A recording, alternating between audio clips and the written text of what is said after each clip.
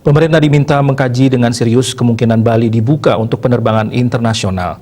Di lain pihak menyambut kemungkinan itu, industri pariwisata di Bali telah siap yang dibuktikan dengan keseriusan hotel dan restoran untuk mengantongi sertifikat CHSE dari pemerintah.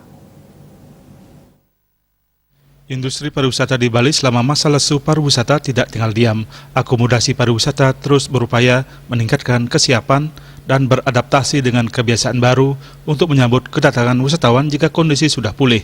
Sebagai upaya memulihkan perekonomian Bali, wacana tentang dibukanya penerbangan internasional disambut positif kalangan industri pariwisata.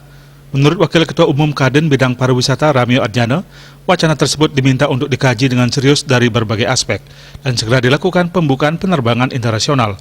Hal itu didasari angka kesembuhan COVID-19 yang cukup tinggi dan kesiapan akomodasi pariwisata di Bali untuk memberikan rasa aman dan nyaman kepada wisatawan yang ditunjukkan melalui sertifikasi SI, ASI bagi akomodasi pariwisata di Bali dari Kementerian Pariwisata dan Ekonomi Kreatif RI. Pemerintah mensegerakan wacana ini, jadi bukan hanya wacana tetapi dikaji secara komprehensif karena tingkat kesembuhan COVID di Bali juga 92% dan ini akan mendukung dibukanya kembali Bali untuk border internasional, sehingga kami pastikan dengan telah dilakukannya sertifikasi CHSE di seluruh Bali, ini akan mensupport dibukanya kembali Bali dan kami siap ya untuk menerima kunjungan wisatawan internasional.